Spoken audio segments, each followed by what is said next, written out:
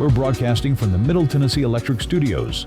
Middle Tennessee Electric, serving to make life better since 1936. Visit MTE.com.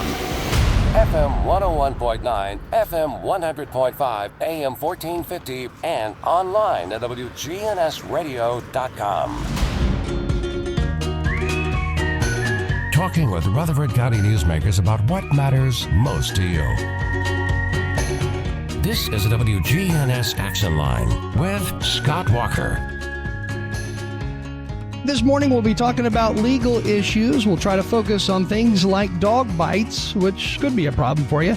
Our guest today, Thomas Mihalczo, will be talking about those things. He is with the John Day Law Firm. And how are you? I'm doing just fine, Scott. How about yourself? I'm good. So tell us a little bit about your background. Yeah, so I'm originally from Oak Ridge, Tennessee, right outside of Knoxville. Born and raised there, and now I'm lucky enough to call the Mid-State home, and I've been working with the law offices of John Day for about 3 years now. So what made you want to get into law? That's a great question. Lots of people, it seems like it breaks down on two lines. One, they've had their whole family are lawyers, or none of their family are lawyers.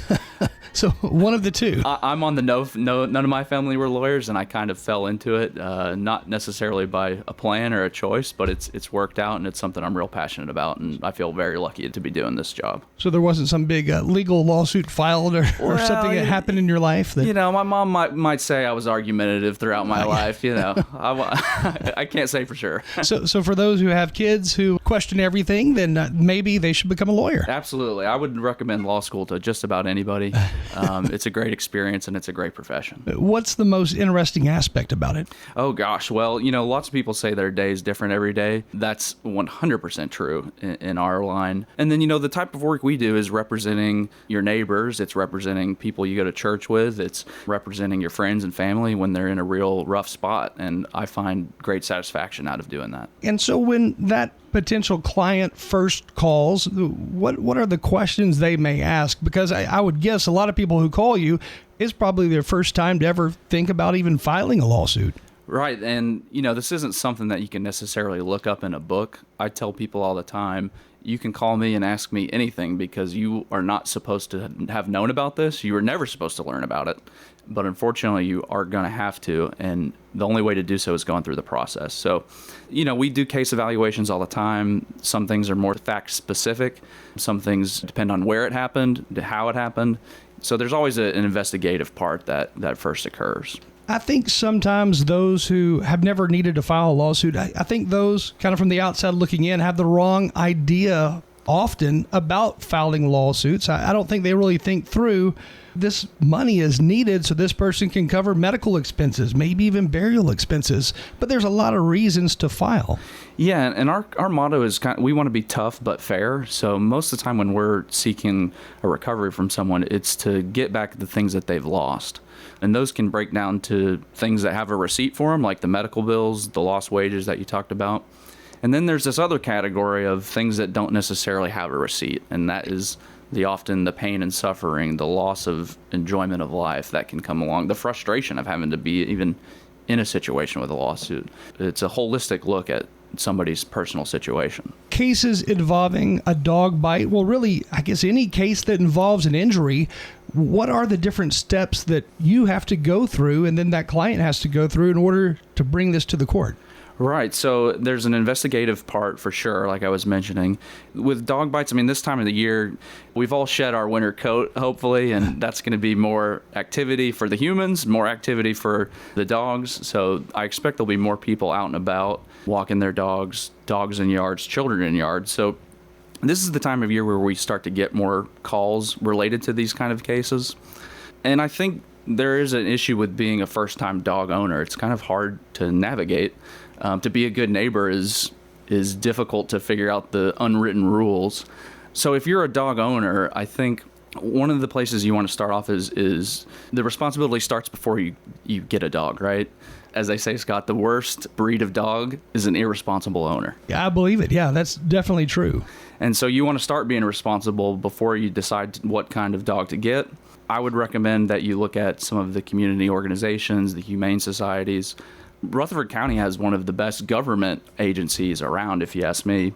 It's PAWS, Rutherford County PAWS. It's Pet Adoption and Welfare Services. I mean, it's far more than just an animal control. They offer rabies shots, microchipping. I think in 2015 they started like a free spayed and neutered program, which they've done incredible numbers with. So that is a good place to kind of get an idea of what you're supposed to do in the unwritten rules of being a dog owner. I wonder what the percentages of those who are dog owners or were dog owners, I wonder what the percentage of those who actually keep the dog for until the dog's death, and those who have the dog and then take it to places like Paul's after the first year. Right, that's a great question. We would like to hope that it's a forever home, right? That would be the goal, but I know that doesn't happen every day. PAWS has some great statistics up on their website about their adoption rate. If I'm not mistaken, they have something like a 90% adoption rate. So they're very good over there about finding homes for people, which is, that's what you want out of anybody. Sure. Because that is part of being a responsible dog owner too, is you want to be able to keep the animal for a long time to have a good home. How important is it when you're getting that dog, maybe your first dog, how important is it to kind of know the background of the breed? Yeah, it's sometimes you can do your research and do your best guesses, but as you know, each one has its own personalities. Kind of like humans, right? Just like humans, and sometimes they adopt the characteristics of their human, for better or for worse, right? So, getting a specific type of breed, if you live in an apartment, do you want a huge German Shepherd? Maybe so, maybe not. These are things to consider. That'd be a tough one. And I guess you should also check, does my apartment complex allow this breed? Because I've actually seen where some apartments, they say no to certain breeds of animals, certain breeds of dogs. Is that even legal? And you bring up a great point, because the second thing that we talk about with new dog owners is making sure you're properly insured. And that can mean several things based on where you live. If you live in an apartment complex, they can often offer renter's insurance. Sometimes certain breeds are excluded, so you want to check and make sure that your animal is covered. If you live in a traditional home, your homeowner's insurance will cover your animals, which can often be bundled with your car insurance, so the big players often offer these kind of bundling packages that are very reasonable. Yeah. So that's what you want to do as a dog owner. And then there's also a separate just pet insurance. So if you by chance are in that situation where you're at an apartment complex that does not cover you through their renters, you yourself could purchase separate pet insurance. Should people have some type of insurance that would cover that big question? If my dog bites somebody, is it going to cover the medical expenses of the person it bites? 100% they should have it. It's not actually legally mandated, so there's no requirement that you have it. Now, oftentimes, mortgage lenders will require you to have it before you purchase a home. They want to protect their investment. They want to make sure that the home is insured. So that's most of the time how it can get in effect. But there's lots of folks that do not have it on their own, and especially people that are in apartment complexes. And then how expensive can paying for the medical side of a dog bite get? It depends on the situation, of course. It can get pretty expensive. I mean, there are serious incidences that happen. There's serious cases. There's fatalities. So it can be very costly, which is why it's good to have the coverage. And if you have the coverage, you should be protected. And that's the most important thing for you, for the person that's injured, and for the animal. In lawsuits involving a dog bite, let's say somebody gets bitten by their neighbor's dog, and then that bite leads to an infection. The infection leads to other problems, and maybe let's say they have to have a surgery. Who is going to be responsible for all that stuff? And what happens if the person whose dog it belongs to doesn't have insurance to cover all of this? The infection point that you bring up is very important. It's usually the number one risk when it comes to puncture wounds or dog bites. That's what everyone is worried about.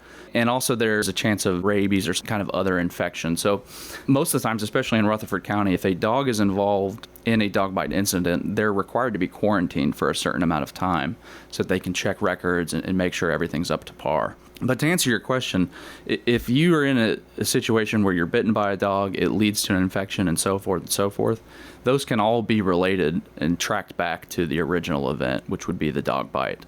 Now, it could depend on the situation, someone's personal history, how long it takes, lots of different factors, but that could be a risk there. And thankfully, the coverage should take care of that. Your homeowners should cover that up to a certain limit, of course. I know most surgeries these days, I would just guess, they don't cost under, let's say, $20,000. anything medical related is expensive today. But 30 grand, 40 grand, I could see that happening pretty quickly. Yes, and you know, Scott, one of the unique areas with this type of injury is scarring. Even within our industry, it's a debated topic of how do you pay for something. It's even kind of a strange thing to talk about, right? How do you pay for a scar to somebody? What is the value of that? You're thinking about it when you're in the legal world in those contexts, and you know, it can depend on where it is. It can depend on to who it is, if it's a male or a female, if it's to a child. All these things will come into play. And so it's not necessarily just the receipt of what you get from a scar, because a lot of times there's not much you can do. So let's say you do have to have plastic surgery and all this other stuff to make that scar look better in some way, but yet you still have it. You're still going to have signs of that scar no matter what. How do you factor that in? It's challenging. Sometimes you would have to rely on what the plastic surgeon's opinion about it is. Is it going to get better over time? Sometimes scarring, especially with children, it changes a lot as they're getting older, as their faces are getting bigger, you know. So that is where you would have to start relying on experts about what will happen with the scar. But it's certainly a big factor in any kind of case, because you're talking about the future of somebody. You know, that little girl's going to grow up to have a job one day, and what's that going to look like? I know, for example, for those who are burn victims, sometimes they have to have multiple surgeries just to get rid of that burn scar or to make it look a little bit better. But when you talk about multiple surgeries, you talk about putting yourself at a higher risk of having more infections, more problems within the hospital too. So there's all these other side problems that could easily pop up. Yes, and that's why it's so important for dog owners to take the precautions needed, because it can lead to a whole series of events that you're not anticipating. And, you know, a lot of the cases that we have are involved with dogs that are off leash. So there's a whole set of standards from the American Kennel Association that you can look up, but most of the time you need to have a 4 to 6 foot nylon leash, and it's depending on the weight. So if you have a rather chunky pug, you might need a different kind of a leash than if it was just, you know, a regular. So it goes by the specific weight of the dog. Okay. I don't know what the average insurance policy is or homeowner's policy. I don't know how much it usually covers for medical expenses, but is there an average number? If you were to look at, all right, this neighborhood over here, majority of houses are $500,000 each. What would be the average amount of medical insurance they have coverage for at those houses? Yes, so it goes in kind of brackets. Sometimes there can be usually like there's 100,000. If you want to pay a little bit more, you can get the 300,000. So it brackets up 500,000. You can get an umbrella, but it usually is a higher amount than what you see with the car insurance. Like I said, homeowners is not required. Car insurance is. And even though car insurance is required, the minimum is much lower, $25,000 only. Okay. You're not going to see that in a homeowner's policy. It's going to be in the hundreds of thousands usually. And it will not typically be broken down into a specific amount of coverage for bills. It'll kind of just be in an umbrella situation where you have to prove up everything and hope that there's enough in coverage there. Okay, so in cases like this where you have an injury on that person's personal property or the neighbor's property, whatever the case is, what's the first thing that homeowner should do? Do they instantly pick up the phone and call their insurance company? That's a great question, and there's a quick distinction. The modern dog bite law came into effect in 2006. Before that, the old law, dog owners would only be liable if their animal had previously bitten someone. That's a tough one. It's a tough one. And what happened was a librarian in Franklin County, she suffered a very bad dog bite attack, and the law changed to where now dog owners are strictly liable for their animals, whether they had a previous bite or not. So now they're required to keep their animals under reasonable control, keep the dogs from running at large, like I mentioned. And so there's a small exception, though. Okay. And we're the only state that has it. If the bite happens on your private property, you're not necessarily strictly liable. Okay, so if the person walks onto your property, maybe they're a door-to-door salesman, they're at your door knocking, then your dog comes out from the backyard and bites that person, what's the situation look like? On that situation, private residential property, it's a harken back to the old law. You get a free bite unless you can prove that that dog had bitten somebody before or had a dangerous propensity. That's the standard. So it's silly, but if you're going to get bit by a dog, you want to be bit on your own property or off somebody else's. That could be bad for the person getting bit, but I guess good for the homeowner. Yes, the dog owner. It's kind of a goofy situation with the law. Like I said, it's a throwback to the old law. And that exception is, to my knowledge, not in any other state besides ours. Okay. In a case where you are representing the owner of a dog, or no, let's say in a case where you're representing the person who was bitten by a neighbor's dog, what are you able to do as far as finding out, all right, this insurance policy is good for $100,000 worth of medical bills, so therefore we know we got that potentially covered, but your surgeries so far have already added up to $150,000. What do you do? Well, the first question is going to be, where did this happen? Because if it did happen on someone's private property, that exception is going to come into play, and it's going to be much more challenging. Okay. To your question about the limits and the numbers involved, Tennessee is something called a non-disclosure state. If we were in Kentucky or some of our neighbors, you could probably call up and say, hey, how much do you have? Yeah. They do not have to tell us in Tennessee. Is that good or bad? It's bad for me. It makes no sense. I can see where it'd be difficult. It hides the ball a little bit. I think the idea, if I'm giving lots of credit to the people that put in this rule, is that people know it's a certain amount of money, then they'll try and inflate their case. But that kind of just hurts the people that are really, really injured. Yeah. So we won't really ever discover it. But because of the way the things are, the numbers are bracketed, like I was mentioning, you can usually get a good idea. And it depends on the neighborhood. We have ways of finding searches that can do that. But if you're in a situation where, let's say, you've got $150,000 in medical bills and there's $100,000 in coverage, unless the insurance holder is a secret millionaire, you're going to be limited to the coverage amount. What if that homeowner's house is paid for free and clear? They don't owe anything to the bank. That part will not likely be a factor. Now, their amount of assets could come into play to see if would they make a personal contribution over their coverage. That could come into play. Most people do not have that kind of money, but these are kind of the assurances that we would want when talking to a client about it. We've investigated this. This person does not work at YouTube. They're not a country star. They don't have assets to contribute, so we think that you're going to be limited to the policy. The courts cannot make that person who owns the dog go out and get a loan if their house is paid for in order to pay this person's medical bills. No, but what can happen, now you could still get an award over the policy. The question of if you could collect it would be the issue, which is confusing, right? The court says you get this much, a jury says you get this much, but the policy is much less. So making the person pay is sometimes the most difficult part. Yes. I mean, in some instances you can recover, like the homeowner's company will pay it. I would like to think that's the right thing to do, because otherwise you're exposing your insured. And most of the time when that happens, in my experience, there's been opportunity throughout the case to get it done for a much less amount. So for anybody out there who has been involved in, let's say a car wreck, one of the first things you may do is call that other person's insurance company and say, here's what happened. I need to get reimbursed for the damages done to my car. Right. Oh, and by the way, this medical thing came up because I hurt my neck in the accident, and it's going to cost probably around $10,000 or more. And then the insurance company fires back at you and they say right off the bat, we're not covering that. No, there's nothing you can do to prove it. And they're rude to you, because I've heard of that happening. But in those types of cases, could you go to court and, because the insurance company was unwilling to negotiate whatsoever, turn around and get maybe a settlement in order to cover the cost of the expenses over the cost of that person's whatever they're insured for? Right. And the situation you're laying out is what I see on a daily basis. I mean, the fact is that when people come to me, it's because the insurance companies have not done the right thing, right?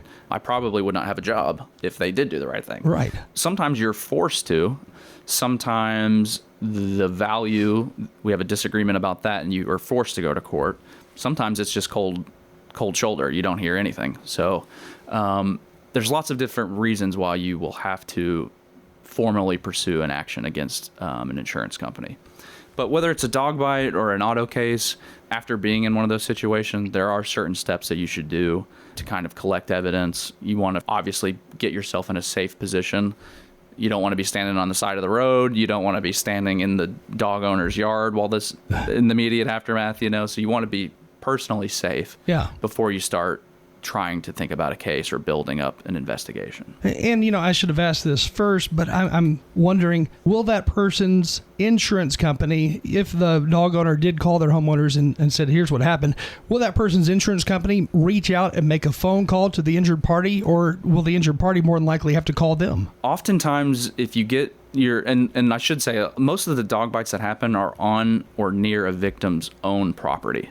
Most of the time, it's with a dog that they are familiar with. It's your neighbor. It's someone in your neighborhood. So a lot of times you can get the information and a claim can be filed, which is the right thing to do. And the coverage company may reach out to you.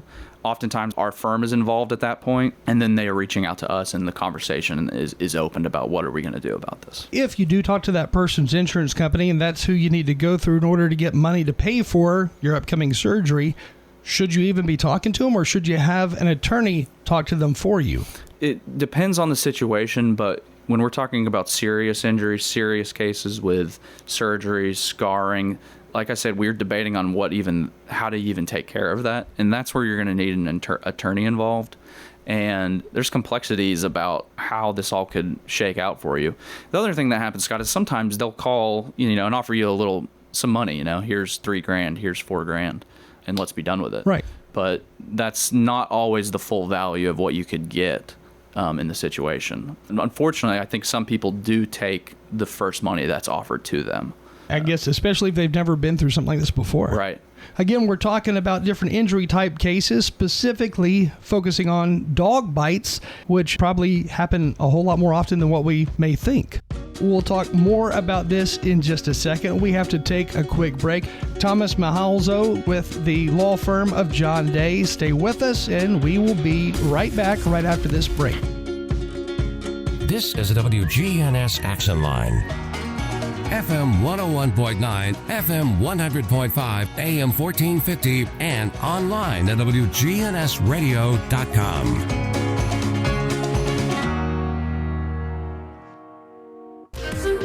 At Middle Tennessee Electric, we see the lines that link us all, illuminating our neighborhoods, empowering our businesses, and helping us to recharge.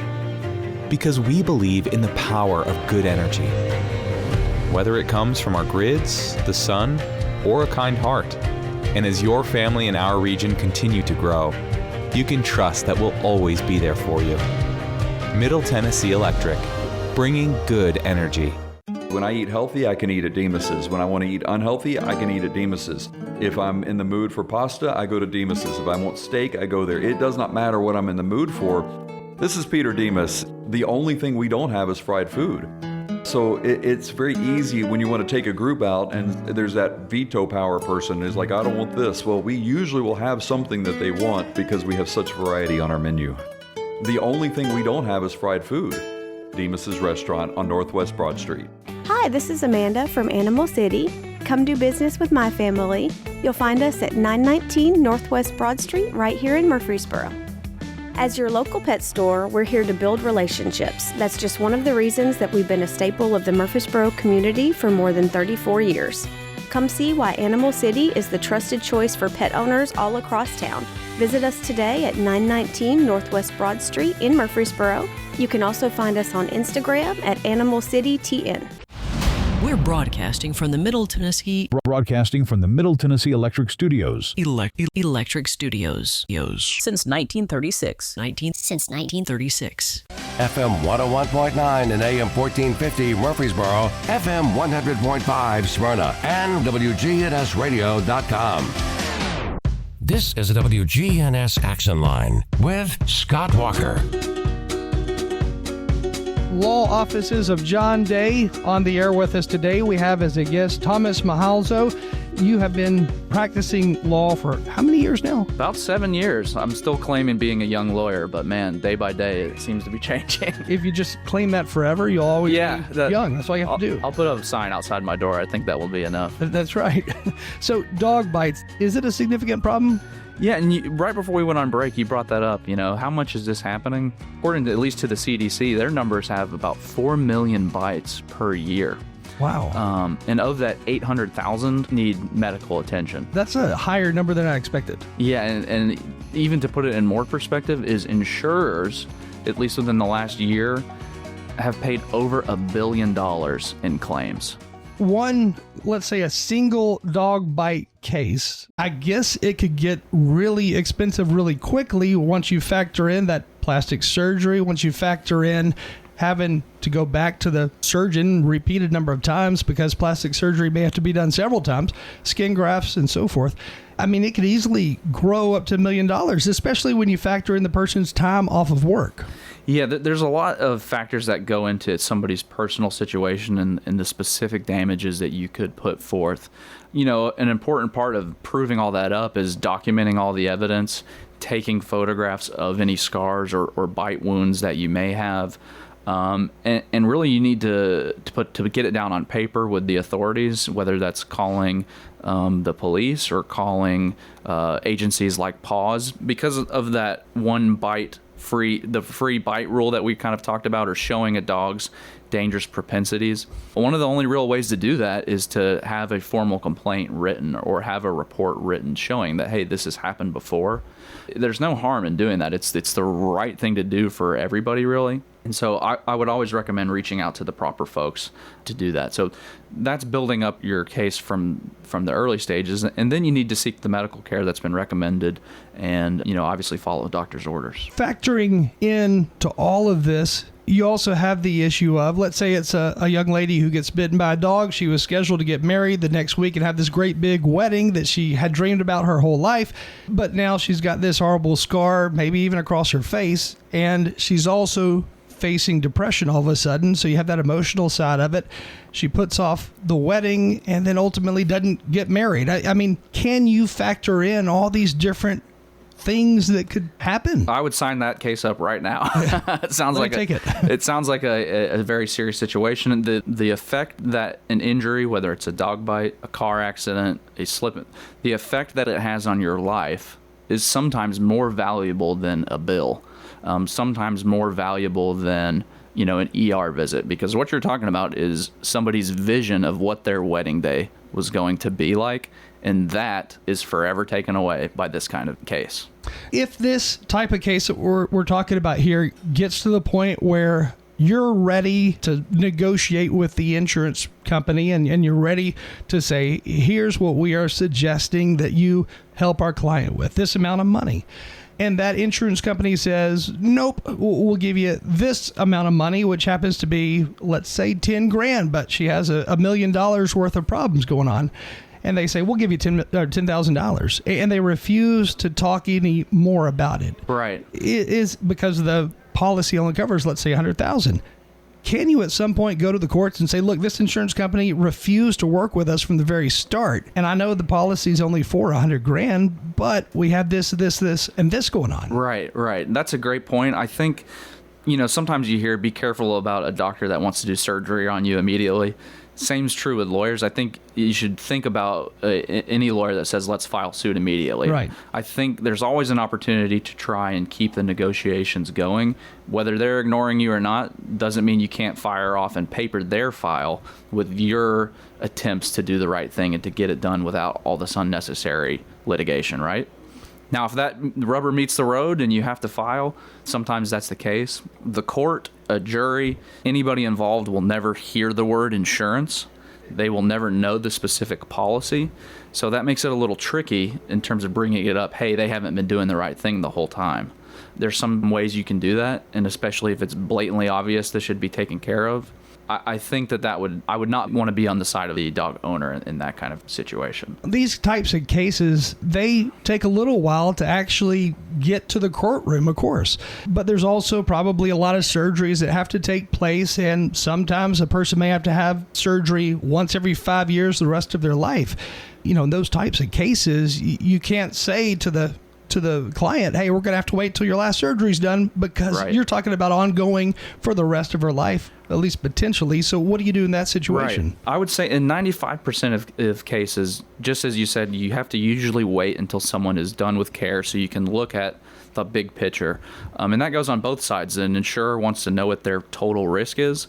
And for us, we don't want to leave anything on the table, right? We want to make sure that we've got a complete look of what your damages are, so we make sure you get what you deserve. Now, if someone's going to have treatment for the rest of their life, that's a different situation. You can often try and parse that out through the opinions of a plastic surgeon or an orthopedic surgeon or what have you about how much these things would cost in the future. And so you can try to account for it, but sometimes that's a tricky proposition of what's going to happen in the future. But it's by no means does a surgery have to happen for you to claim it.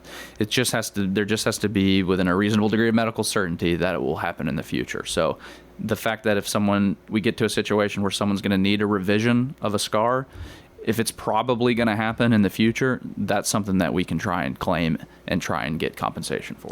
So in the perfect case for the client, let's say the dog belongs to a company here in town, and the dog just happens to be on site every single day, but that dog bites somebody, they have plenty of insurance to cover the cost of whatever may happen. But in those types of cases, could they develop into a multi-million-dollar case where the client is paid X amount of dollars, let's say millions of dollars? Right. I would say for a multi-million-dollar, you're talking about something very, very tragic and very catastrophic, likely a fatality or a loss of a limb. And those do happen, but by and large, we're talking about puncture wounds that do heal over time, and the victims are able to get back to their regular life. Could it develop into that? Yes, and that's why it's important to keep your dogs under reasonable control and not let them run about your company parking lot. It sounds like somebody in that situation would know if their dog has been socialized, and used to being around people, and it goes both ways. But for that kind of situation to happen, it would depend on the specific injuries to the victim, of course. Yeah, I guess chances are good that company wouldn't let Fido be their main spokesperson anymore, or spokesdog. Right, the bush beans dog. Yeah. If he unfortunately bit somebody, they might have to get a new sponsor. So as we close this morning, the number one thing, I guess, after you get bitten by a dog, if that should happen to you, the number one thing you should do after you make sure everything's good, you're safe, what is it? One would be talking to your neighbor, most likely who it's going to be, about their homeowners, taking photographs of any injuries, calling the respective agencies, paws, animal control, the police, and then documenting everything that happened, because the longer you wait, these little gaps can turn into big issues down the road. And of course, photographing all along the way throughout the process of surgeries, if you have to have multiple surgeries. Yes, and also finding out more about the dog. I mean, sometimes if you're in a neighborhood, the dog could be somebody, not necessarily your next door neighbor, so you could take photos of the dog if you have the opportunity. And yes, keeping up a documentation throughout the case is always important. Now, one question I didn't ask, I didn't even think about it until now that we're ending the show. Sure. What about those situations where you have to have, because you mentioned it, having a limb amputated? What about those types of situations? Because you're talking about, at least from what I read about, pain that can last somebody's entire life. They call it ghost pain or something from where that arm or leg was. Right. You're talking about a catastrophic situation there. And we would know probably what the homeowner's situation is. That would be our job to investigate that and find out what they would have. But if someone came to me and they had lost a limb or some other kind of catastrophic situation, we would probably start the dialogue very soon about how much can they pay under the policy. Then the next question would be, is there opportunity for the insured, the individual, to make a personal contribution? Because they're going to be at risk of a judgment or a verdict more than what their policy could cover. So in that case where the person who's insured maybe they're not capable of making a lump sum payment at the end of the case. What happens? But they're capable of making monthly payments. Sometimes you can engage with contractual payments. It's challenging because do you want to be chasing down somebody for the rest of however long getting installment payments? Because the law firm would have to do the same, right? Yes, and I have in the past gotten into agreements that they're a separate contract about payments.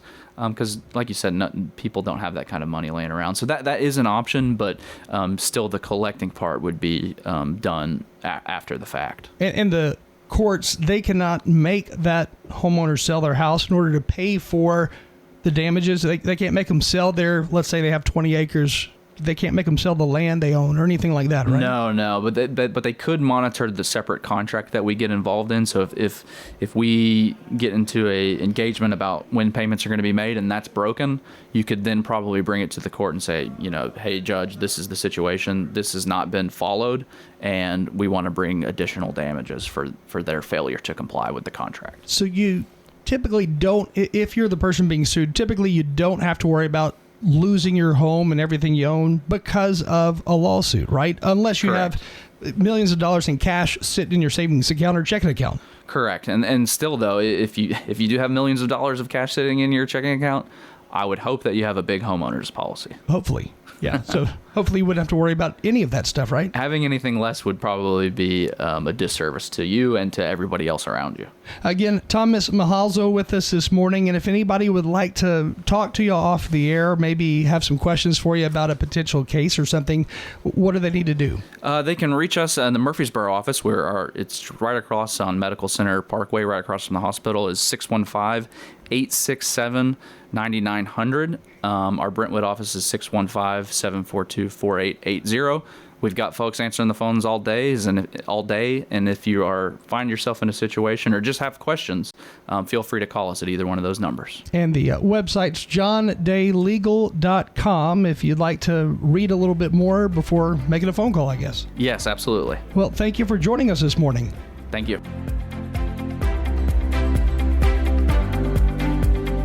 From brakes and alignments to new tires and wheels, Tire World, locally owned and operated in Murfreesboro, Smyrna, and Laverne. Tire World, we keep your family rolling. Online at tireworld.us. Hi, this is Tina Fox at the Rutherford Farmers Co-op. Come visit us for all your clothing, gift, pet, garden needs. We also have a great selection of farm needs if you're needing to work out on the farm with fencing, or also a great hunting section.